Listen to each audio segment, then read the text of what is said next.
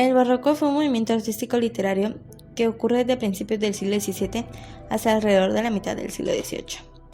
Se originó en Italia y se le llamó marinismo por Giambattista Marini. De Italia se extendió a otras regiones de Europa, recibiendo diferentes nombres como preciosismo o rococó en Francia, eufismo en Inglaterra, culteranismo y conceptismo en España. Su causa fue la decadencia de la literatura renacentista. En el contenido espiritual, el ser humano se encontraba indefenso y lleno de problemas o dilemas de orden moral. Se originó en la misma división de la Iglesia Católica surgida con la Reforma religiosa a principios del siglo XVI. La Iglesia Católica buscó contrarrestar sus efectos y lograr la recuperación de lo que había perdido a través de lo que se conoció más tarde como la Contrarreforma religiosa. Tal movimiento fue iniciado por San Ignacio de Loyola.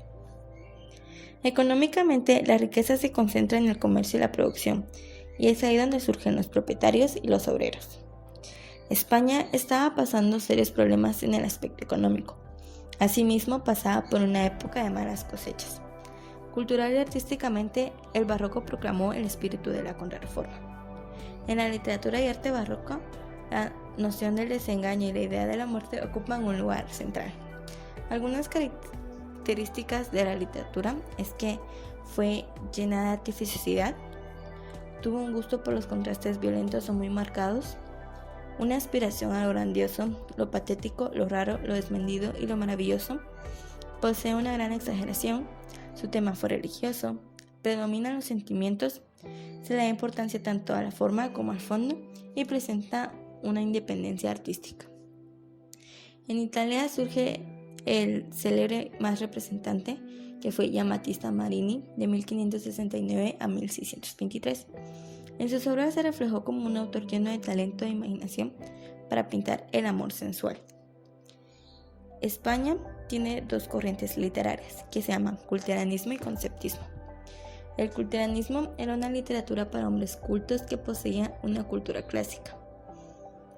Luis de Góngora y Argote, en 1561 a 1623, fue considerado por algunos como el mejor poeta del siglo XVII.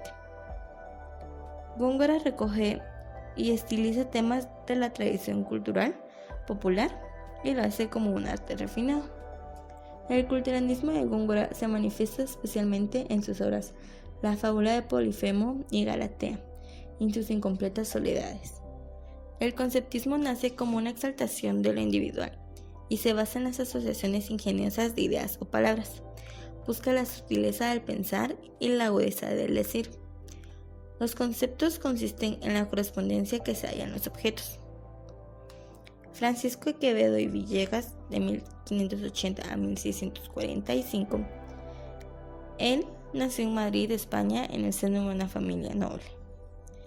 Su carácter caballeresco y amoroso lo empujó a desafíos y destierros. Estuvo preso 4 años y al obtener la libertad, sintiéndose enfermo y desengañado de la vida, se retiró a su señorío de la Torre de Juan Abad, más tarde a Villanueva de los Infantes, y fue ahí donde murió. Su estilo está caracterizado por una gran nobleza y un tono digno. En su estilo conceptista, utiliza juegos de palabras, frases de doble sentido y 1000 juegos idiomáticos. Entre sus obras en prosa destacan Sueños y La vida del buscón llamado Pablos. Baltasar Gracián, de 1601 a 1658, este autor aragonés llevó a las últimas consecuencias la prosa conceptuosa de Quevedo. Nació en Belmonte de familia pobre. Su estilo es eminente intelectualista, es un pesimismo singular, porque lo representa su desconfianza en el hombre.